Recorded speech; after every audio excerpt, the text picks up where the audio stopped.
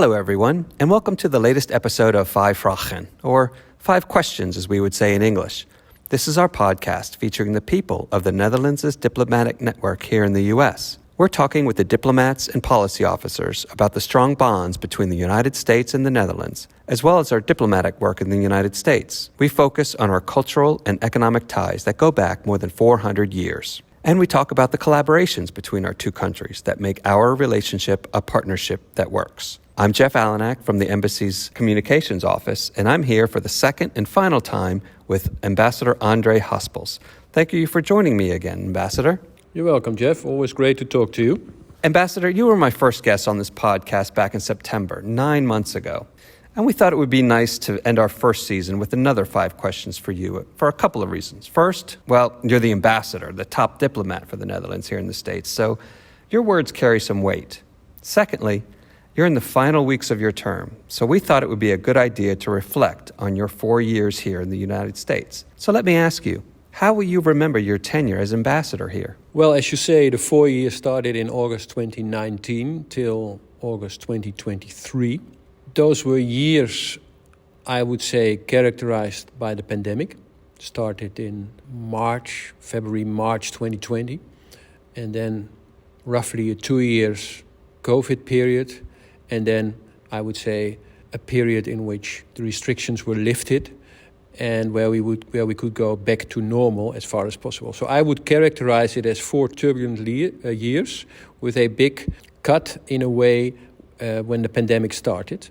And before that and after that, you saw a number of visitors booming because, especially after the pandemic, because of course we couldn't travel during the pandemic. So I'm happy to see that we could go back to normal again. I remember when that started. I remember the meeting here, the pandemic I'm talking about. It was quite a surprise, but I think we managed well with the conditions under which we had. Nobody could have planned for that. It was very difficult. Yeah, no, it was. I think we all had to improvise. I think the biggest change for us, of course, like for many others, was that we couldn't go back to the office anymore. So we had to work from home. And I think the big change as well was that we were much more talking to each other, also asking ourselves, how are we doing at home? How's the family doing? How's your own welfare? What about the children who can't go to school? So I think that changed, I would say, the structure of our embassy as well, in a way that we were much closer to each other, almost as a family. Yeah. When you see each other every day, sometimes you take that for granted. You think everything's going Absolutely. fine. So what did you appreciate most about your tenure here? Well, I would say, as I already mentioned, the visits. Certainly, the visit of our Queen, September last year, to California and Texas. Also, the visit of our Prime Minister to the White House. First meeting with President Biden here in Washington, D.C., January this year. Many other cabinet members also came to the U.S. to invest in the transatlantic relationship. So the meetings, the personal meetings at high level, I enjoyed very much. Plus, of course, a number of events. I think we have had the renovation of the Netherlands Carillon, the Freddie Heineken Award for a business that contributes to transatlantic relations in the economic sense, the Anne Frank Award, the European Open House, all these events, the Tulip Days at my residence, I should certainly not forget them. Those events, I think, were high exposure events for our bilateral relation, and the preparation, the events itself and the follow-up, I think were really stimulating for us and for the whole embassy team to work on that. What makes you most proud of your time here? You mentioned a lot of events just now. Does one stand out as the crown jewel? Or is it not even an event? Is it something else that I can't even think of? I would say the way we dealt with the pandemic. As you mentioned, a completely new situation. Nobody knew how to deal with that. And the way we invested in our relationship, but also we tried to continue our work via Zoom, also make the connections with the outside world, with businesses, with politicians. When we met new members of the Dutch caucus on the Hill, we would meet them via Zoom.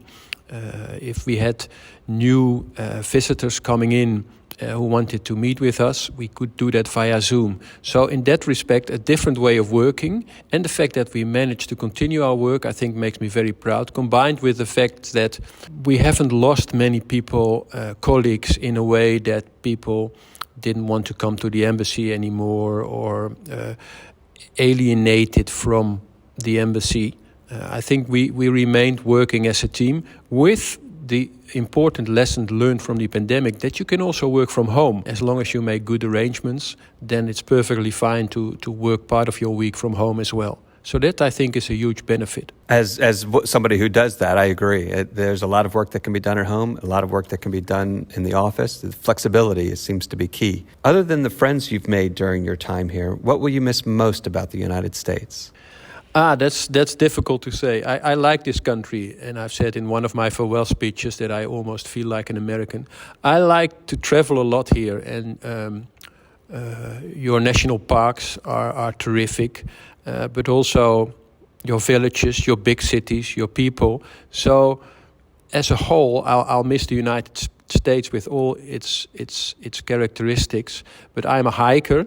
I've become even a more enthusiastic hiker, so I think in my new posting Beijing that will be more difficult.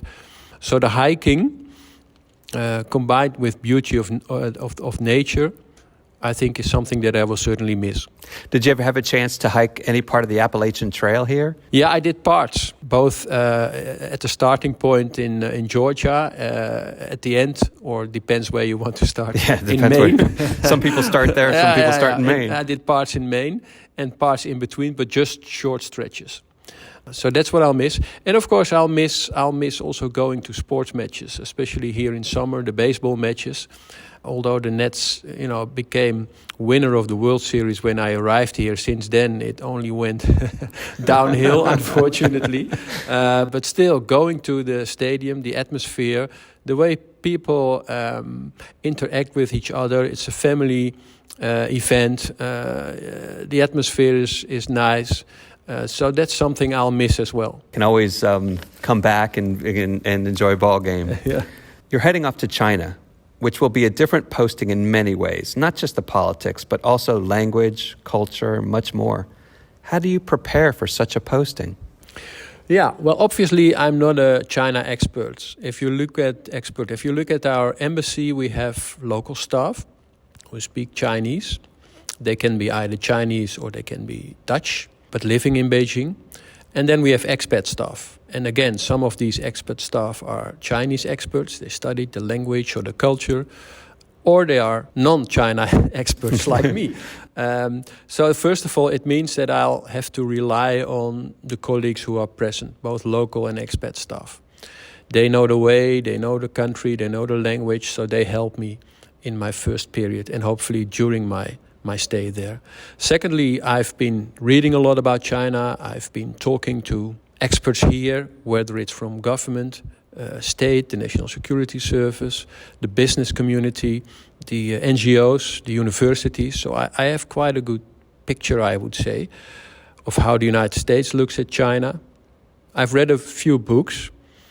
And of course, in my previous jobs, I've also dealt with China. So I'm, in that respect, not completely new. But the most important thing, I think, is that no matter where you are posted as a diplomat, the core of your work remains the same. And the core is represent the country that you stand for, the interest, its values.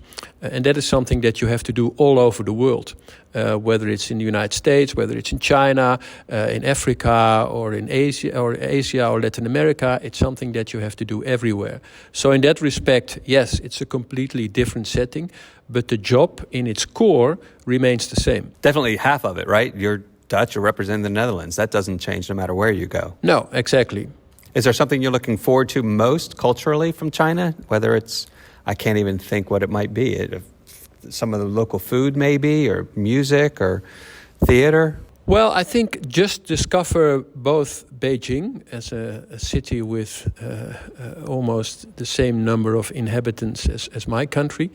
But I would say discovering China and also engaging with the Chinese counterparts to see where we can look together in a quickly changing environment, where we can work together in a quickly changing environment.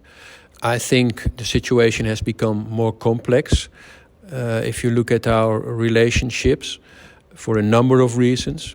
I think the pandemic showed that over-reliance is makes countries vulnerable. So in certain areas where we are very much dependent on other countries, whether it's China or other countries, we want to reduce that risk of dependency. But at the same time, we're also looking for ways to strengthen our cooperation. And if I look at China, I think of areas like energy transition, like climate change, like food security, agriculture, water, Dutch design. So there are many areas where we can work together. So working together with the Chinese where we can, combined with discovering, I would say, the country, its culture, its people, its nature as well. Because I understand that also there you can make beautiful hikes, for instance, along parts of the Great Wall, is certainly something I'm looking forward to. What piece of advice do you have for young diplomats aspiring to work for the Netherlands in the United States? Well, I would see, I wouldn't focus it just to the United States. I would first of all say for young diplomats, always if you want to go abroad, realize that you don't often go abroad by yourself, although some colleagues do, which is perfectly fine. But quite often you go with a partner, sometimes you go with a family. So realize that going abroad is a way of living, is a way of life that doesn't only affect you. And even if you go alone, you leave family and friends behind in the Netherlands or somewhere else in the world. So that means that you have to be aware of the fact that working and living abroad has a consequence for your social life as well. That's one thing. And that's perfectly fine. But you have to be aware of that. When it comes to working in the United States, I think the United States is a great country to work in. Because of the language, because of the many things we have in common, because of the strong relationship between the Netherlands and the United States in many different areas, and because of there is so much knowledge available also here in Washington, D.C. If you look at the think tanks, the universities, the experts, the quality of the dialogue, I mean, in that respect, it's very rewarding to be in an environment where a lot of things are happening, where you have a lot of access, and where you can really become inspired by the many different angles. For instance, if you look at subjects like China or security or the economy, and the experts you can meet to discuss these subjects. I have a few bonus questions for you. Last time I asked about Baloo and his Instagram account, and Mufasa and Simba. So going a little bit different this time, sort of a this or that. Stroopwafels or chocolate chip cookies? Stroopwafels. Bitterballen or buffalo wings? I would choose for bitterballen, but Bernie, my wife, would go for buffalo wings together with the blue cheese. Snert or Maryland crab soup? Oh, that's a difficult one. Snert or Maryland crab soup. Yeah, or pea soup or crab soup. I mean, snert you eat in the Netherlands when it's cold. And I have a good memory that we always, when we were in the Netherlands, used to dive in the North Sea as a kind of tradition on the 1st of January. And then afterwards they would serve snert. So in that respect, I like snert because I have fond memories of that. On the other hand, I like crab soup as well. So I would make it a draw here. Snert for the memories and crab soup for the taste, yes, sounds exactly. like. That's a good compromise. Jeff, thank you. Zandvoort or Miami Beach? Zandvoort, I think, because I went there with my parents when I was young. And I think Miami Beach, the weather is always nice. Zandvoort, you can have 4 seasons. You can either walk in winter or go there on a nice spring day and have a great summer day as well. So I would go for Zandvoort. Sounds like memories edge that out as well. Absolutely. Efteling or Disney World? I've been there quite often with all our 4 kids together with Bernie. I would go for Disney World because we've visited Disney World both here and in Paris, and I again memories. We even had a 5-day holiday there at Disney World. At Disney World with a cabin just outside Disney World. I would go for Disney World Europe, also okay, because we've been there more often than in Disneyland United States. Okay. Velva or Yosemite? I would go for Yosemite. Although I must say I've been, of course, both in the Hogepark Veluwe as well as Yosemite a number of times.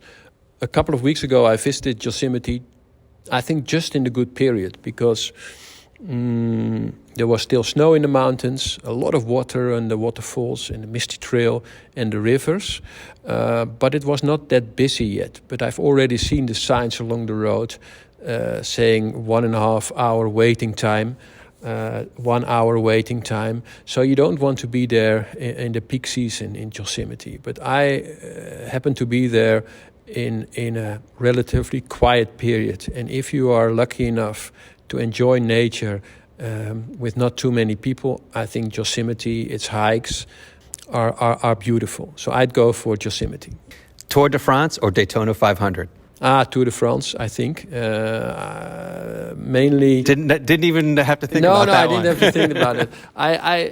I mean, both, you have to have skills, of course, to participate in those races. But as an enthusiastic biker, a cyclist, I would certainly go for the Tour de France. Not only because of what those cyclists do, but also because of the beautiful nature there. Sometimes you see them struggling in the mountains high up, or they go down from the mountains that fast.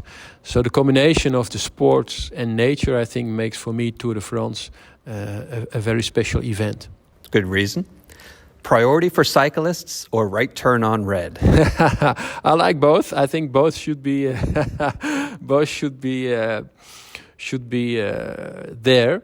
But if I had to choose, I would go for priority for cyclists. I think it's a mindset for all users of the road that those who are most vulnerable should always have priority. So whether you are crossing as a pedestrian, whether you're crossing a road or whether you are on a bike, I think those who are in a car should take into account the fact that you are more vulnerable and should therefore be very careful. So I would go for the priority for bikers, for cyclists, but I like the rule that if there's really nothing on the road, you can turn right even if there's a red light. The final one. This is going to be the tough one. Ajax or Washington Nationals? No, wow, yeah. Now remember, when you first arrived here, the Nationals won the World Series. So. That's true. I find it difficult. I think Ajax is there since my very young age, so you always remain a supporter. I realized, so even anywhere I go in the world, I would be a supporter of Ajax. Here, I became a supporter because I live in Washington. If I would have, been stationed in Baltimore, I might have been a supporter of the Orioles. Or if I would have been at RCG in Atlanta, I would have been a supporter of the Braves. So I would say, again, because it goes back to my youth, I would go for Ajax. But of course, I wish the Nets all the best in their baseball season. Understandable. Memories usually do win out when it comes to these sorts of things. Well, that's all we have time for today. Thank you again, Ambassador, for joining me again for another episode of Vijf Vragen. And to our listeners, thank you for tuning in. Please tell us what you think in the comments below. And be sure to click on the subscribe button and turn on notifications so you don't miss our next episode or the other videos we post on our YouTube channel. I'll be back behind the microphone in the fall with another member of the Dutch Diplomatic Network in the United States. Until then, you can keep up with our work on any of our social media channels: Facebook, Twitter, Instagram, or LinkedIn.